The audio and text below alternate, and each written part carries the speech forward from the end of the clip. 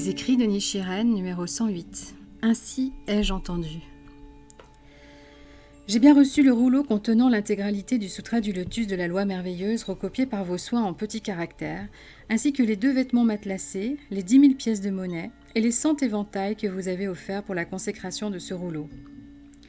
Dans le premier volume du commentaire textuel du Sutra du Lotus, nous découvrons un passage où il est dit, le mot « ainsi » dans « ainsi ai-je entendu » désigne l'entité d'une doctrine entendue de la bouche du Bouddha. Fermez les guillemets. Et on lit dans le premier volume des annotations sur le commentaire textuel du Sutra du Lotus, si « ainsi » ne correspond pas à l'enseignement qui surpasse les 8 enseignements, alors comment peut-on considérer que l'enseignement qui suit est bien celui du Sutra du Lotus? Fermez les guillemets.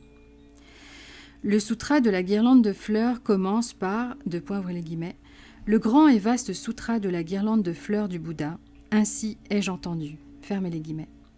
Les sutras de la sagesse commencent par, le Sutra de la grande perfection de sagesse dans sa version longue, ainsi ai-je entendu. Fermez les guillemets. Et au début du Sutra du Mahaveroshana, on trouve, le Sutra du Mahaveroshana de la transformation grâce aux pouvoirs transcendantaux. Ainsi ai-je entendu. Fermez les guillemets. Qu'indique ce « ainsi » dans ces sutras comme dans tous les autres? Il se rapporte au titre de chaque sutra. Quand le Bouddha exposait un sutra, il lui attribuait un titre révélant sa vérité ultime.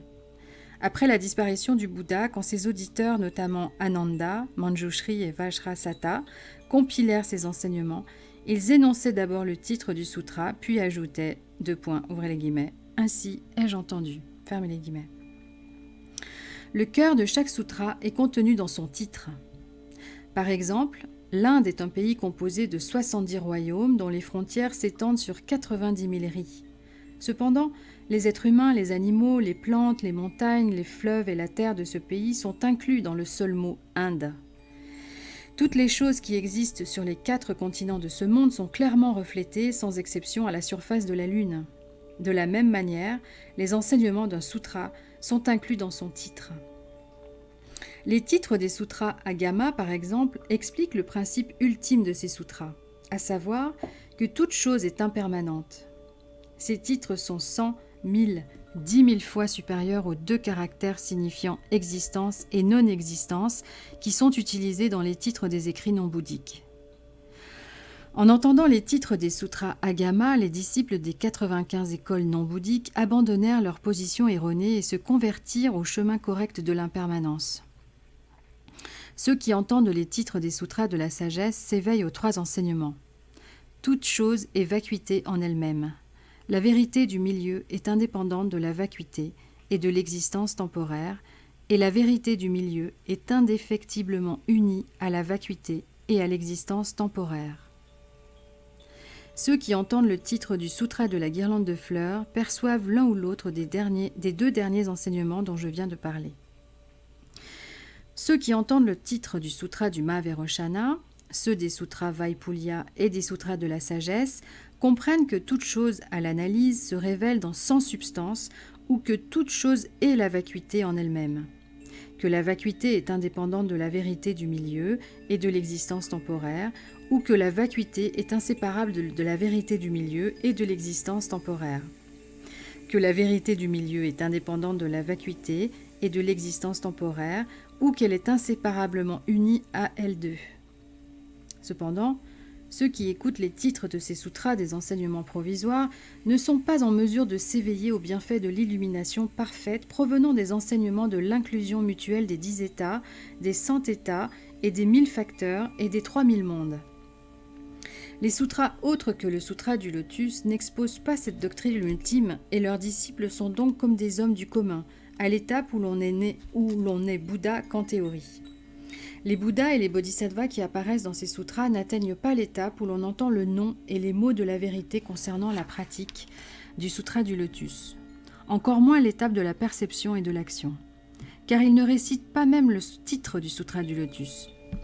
C'est pourquoi le grand maître Miaolé a déclaré dans les annotations sur le commentaire textuel du Sutra du Lotus, si ainsi ne correspond pas à l'enseignement qui surpasse les 8 enseignements, Alors, comment peut-on considérer que l'enseignement qui suit est bien celui du Sutra du Lotus ? Fermez les guillemets. Les titres des divers autres sutras relèvent des 8 enseignements. Ces titres sont comme les mailles d'un filet de pêche, alors que le titre du Sutra du Lotus est comme la corde d'armature du filet qui réunit les mailles des 8 enseignements. Ceux qui récitent Myoho Renge-kyo, le titre du Sutra du Lotus, même sans comprendre sa signification, s'éveillent non seulement au cœur du Sutra du Lotus, mais aussi à la corde d'armature ou au principe essentiel des enseignements dispensés par le Bouddha de son vivant. Un prince héritier qui n'est âgé que d'1, 2 ou 3 ans régnera après son accession au trône et sera obéi par le régent impérial et les ministres, même s'il n'en a pas pour l'instant conscience. De même, sans comprendre clairement le sens de ce qu'il fait, un bébé qui tète le sein de sa mère grandira naturellement. Par contre, un ministre arrogant qui rabaisse un jeune prince héritier provoquera sa propre chute, comme ce fut le cas de Zhao Gao de la dynastie des Jin.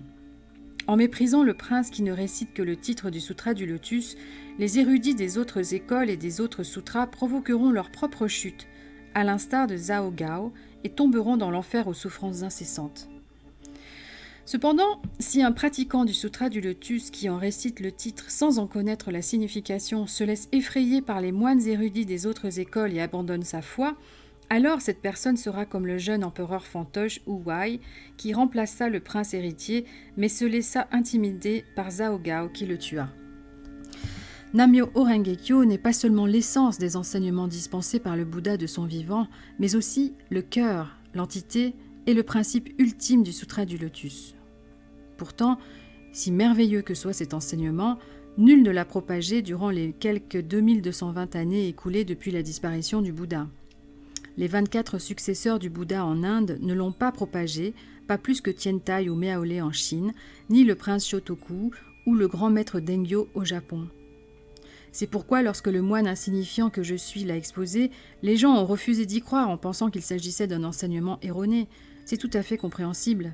Ainsi, si un soldat de grade peu élevé avait annoncé avoir séduit la belle dame de la cour Wang Zhongyun, nul ne l'aurait cru. De même, les gens ne croient pas qu'un humble moine pourrait exposer Nam-myoho Renge-kyo, le cœur du Sutra du Lotus, alors que même Tiantai et Dengyo, qui se situaient à un rang aussi élevé que les ministres et les nobles de la cour, ne l'ont pas propagé. Vous ne le savez peut-être pas, mais le corbeau, le plus méprisé des oiseaux, peut reconnaître les présages annonçant les bons et les mauvais événements qui se dérouleront dans l'année, alors que l'aigle et l'épervier en sont incapables. Un serpent ne saurait rivaliser avec un dragon ou un éléphant, mais il peut prédire la venue d'une inondation 7 jours à l'avance. Même si Nagarjuna et Tiantai n'ont pas eu connaissance de l'enseignement que je propage, s'il se révèle juste à la lumière du sutra, il ne faut pas le remettre en cause. Celui qui me tient en mépris et ne récite pas Nam-myoho Renge-kyo est comme un bébé qui n'a pas confiance dans le lait de sa mère et refuse le sein, ou comme un malade qui se méfie de son médecin et rejette le médicament qu'il lui prescrit. Nagarjuna et Vasubandhu se sont éveillés à cet enseignement, mais ne l'ont pas propagé, peut-être parce qu'ils savaient que le moment n'était pas approprié et que les gens de leur époque n'avaient pas la capacité de le comprendre. D'autres ne l'ont probablement pas propagé parce qu'ils l'ignoraient. La loi du Bouddha se propage en fonction du moment et de la capacité des gens. Bien que je ne sois pas digne de cet enseignement, je le propage parce que le moment est approprié. Nos contemporains considèrent les 5 caractères de Myoho Renge-kyo comme un simple titre, ce qui n'est pas correct. Ils représentent l'entité, c'est-à-dire le cœur du Sutra du Lotus. Zangan a déclaré, : l'explication du titre présenté dans la préface de Tiantai élucide le sens profond du sutra. Le sens profond correspond au cœur du texte. Fermez les guillemets. Selon ce commentaire, Myoho Renge-kyo ne correspond ni au texte littéral, ni à son sens, mais au cœur du sutra dans son intégralité. Ceux qui recherchent le cœur du sutra en dehors de son titre sont aussi insensés que la tortue qui recherchait le foie du singe en dehors du singe, ou que le singe qui quitta la forêt pour rechercher des fruits au bord de la mer. Nichiren, le 28e jour du 11e mois de la 3e année de Kenji, en 1277, sous le signe cyclique de Hinoto Ushi, au moine séculier Soya Jiro.